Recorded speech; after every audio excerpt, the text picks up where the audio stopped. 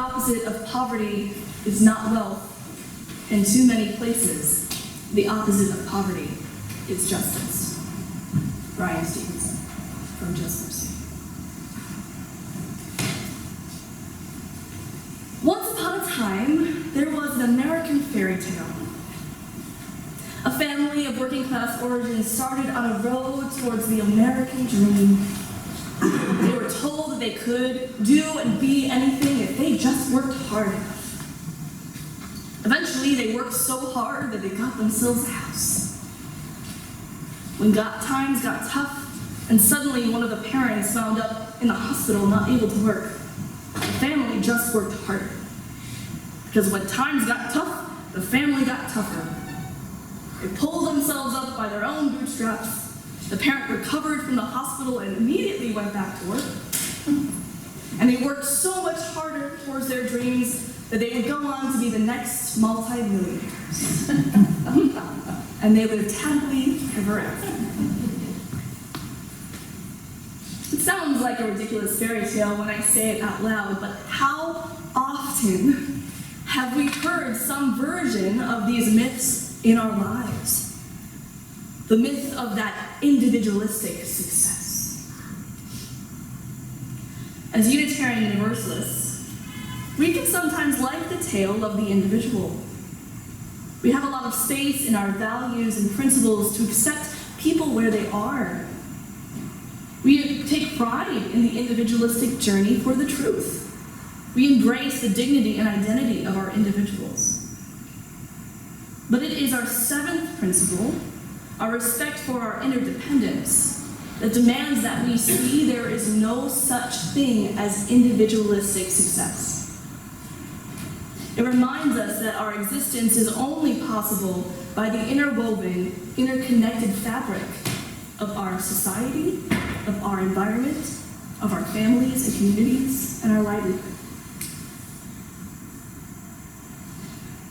But in our society, the stories about how to make money has always been told as an individual journey. The ability to become a millionaire overnight if you just drop out of college and work hard enough. The myth of pulling yourself up by your bootstraps, which every time I hear that, I find it hilarious. Because the word pulling yourself up by your bootstraps was originally created by working class people in the 1800s to say it's impossible to lift ourselves out of poverty because no one can actually lift themselves up by their bootstraps.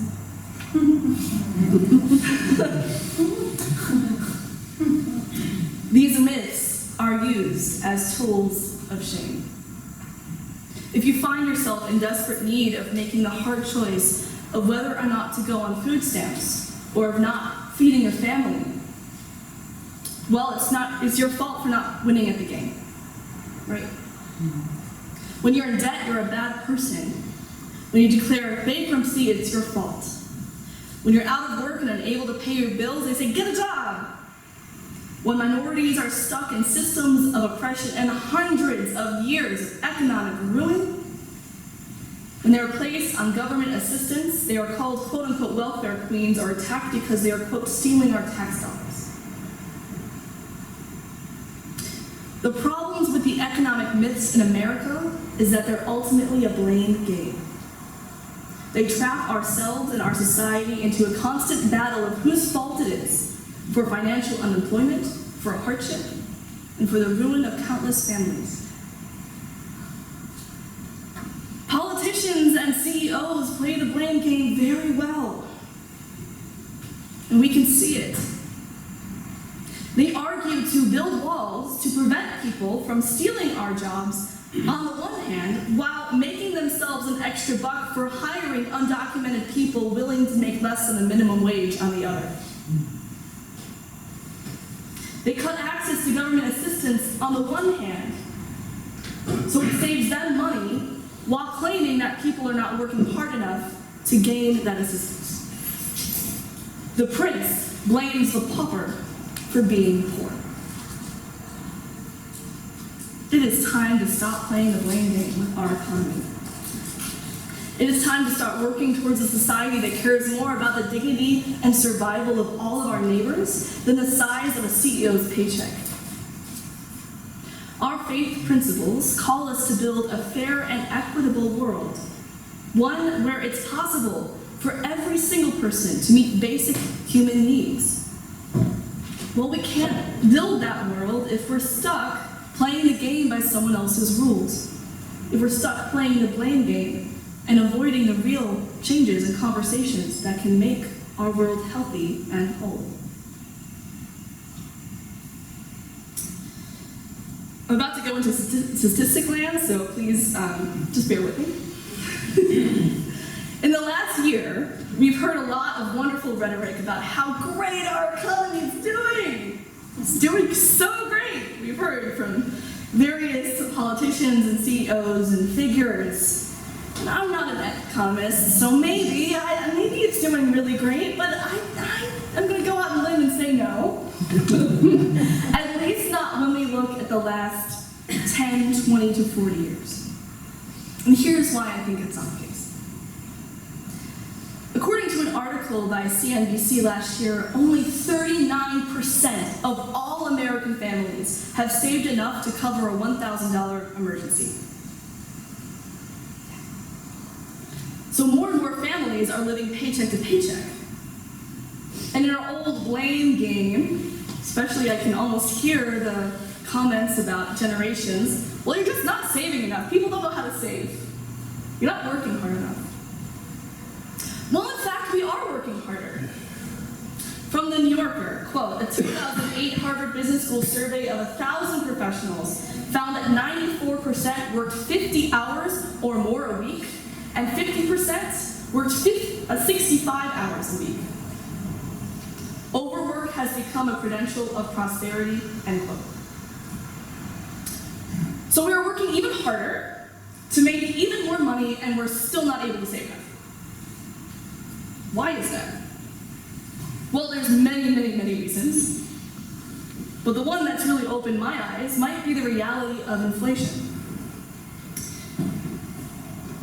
I had an eye-opening read of the Pew Research Center from 2014. So bear with me in this math part. In 1964, the hourly median wage was $2.50. Today, the hourly median wage is $22.65. That seems a pretty nice increase. But how do we account for inflation? If we account for inflation, the value of $2.50 in today's money is $20.27. 40 years ago, someone in our dollars was making $20.27 as a median wage, and now the median wage is $22.65. I love this statistic because it shows us that inflation has gone up 10 times in the last 40 years, but the wage has stayed almost exactly the same. No wonder we're not able to save enough money, we just don't have enough of it to go around. Inflation is the only thing that's exploded in the last 40 years. A CEO today makes anywhere from 272 times as much as their average employee. According to the ALF-CIO, the average CEO takes home $12 million, while the average worker takes home $34,000 a year. And these disparities, cannot say this enough, are affecting people of all income levels and across all generations. Yes, it is hitting the poorest the hardest, but this is affecting everyone. Think about generationally. For our country's seniors, or anyone trying to place money in retirement, we are seeing that 401ks have left people behind. According to the Economic Policy Institute, 401ks have not kept up with inflation and the growing needs to help supplement Social Security. In fact, most people with 401ks do not have enough income to support them in retirement. And what about those of the Generation X and millennial populations? Well, we've got student loans. Student loans have exploded 157% over the last 11 years. In an article from Birt, all told, there's a whopping $1.5 trillion of student loan debt out there. And this doesn't include the skyrocketing prices of medicines like insulin, of medical care, of the existing reality of 2 or 3 income households, of the rising cost of housing that's affecting almost every place around the country, and the ever-widening difference between the very rich and the very poor. It is dizzying to look at all these different strains on the financial livelihood of people. It can feel overwhelming, which is why I believe it is easy to fall into the blame game. The all-for-oneself mindset that this country's political rhetoric has been broadcasting for over 3 decades. Over the last few years, I've seen powerfully rich men come into places near where I grew up in Ohio, places that were devastated by the loss of industry jobs. Powerful and rich men promising to bring back old factory jobs, and promising it by keeping out others. Spouting hateful language, claiming that black and brown people are taking away tax dollars by living off welfare, even though the largest population on welfare are white citizens. Powerful and rich men saying that minorities can get into colleges by affirmative action, even though affirmative action has helped more white women than any other population in our country. Powerful and rich people making profits off of undocumented immigrants, spreading the word about how they stole our jobs. Powerful and rich people staying powerfully rich by blaming us, by blaming each other, and turning up the desperation in this economic rat race. And all the while, families of every income level are feeling the weight and the strain. For those who are the very poor, the strain of our economy is the hardest. As more and more cuts continue to be made to federal government assistance, it's leaving our neighbors homeless and hungry and sick. And it's leaving all of us in financial instability. And when people find themselves financially unstable, or losing their home, or not able to feed each other, most people often blame themselves. When I was young, my father lost his job in a wide cut of jobs at a local chemistry factory in town. Over half of my entire town was laid off by this one cut by this chemical factory. But I could see that my dad blamed himself. It wasn't his fault, but he blamed himself. We ended up being a very lucky family. We made it through. A lot of help, some government, some family. But I know the stories of those who are much less lucky. Families spend years in shame and guilt over the debts they take on in times of crisis. When people lose their work, they take it as if they've failed at their jobs. When parents need their children's assistance during Social Security or retirement, they reference it as a burden, just as children feel they are a burden when they're trying to consider higher education. The levels of shame and guilt when it comes to economic failure is limitless. And as a minister, as a pastor who takes care of people, there's only one thing that sometimes I really wish people understood. It's not your fault. It's not your fault where you are financially. Life happens. It's not your fault. Blaming ourselves or blaming others for not making enough, for not doing enough, it isn't going to bring food to our tables, and it's not going to help our neighbors have a place to sleep. It is time to stop this blame game, to end the myths of individual success once and for all. We need to demand of our government and ourselves sensible economic reform, not just positive rhetoric that says we're doing great and then hateful rhetoric that divides us. We need to demand for a living wage, affordable housing. We need to help people who are in the depths of help, like you are doing by helping raise money for a sanctuary apartment for our neighbors who may have nowhere else to turn. We need to make sure people are able to get medical treatment.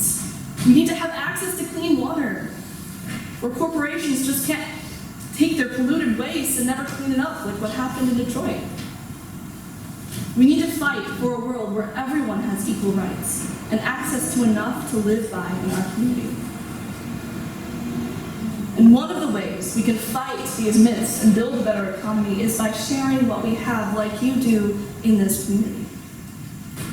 Whether it's sharing what you can to help raise funds for a community like this to exist, whether it's helping someone's GoFundMe page when you find that they're in medical crisis, whether it's giving away some shirts or extra things that you have, whatever it looks like for you, if you're able to, sharing your resources helps us help each other to create a better world. And if we truly want to create a just and equitable world, we have to remember that interconnectedness, that we all are reliant on each other to thrive, economically too, physically and spiritually. Our principles and purposes call on us to help shape a world that shares its wealth, that doesn't hoard it. We can change the game of Monopoly. We don't have to play Monopoly. We can play the landlord's game if we want to. We can fight back against the myths that ruin our economy. So the American dream isn't just a dream, but maybe a reality for each and every person.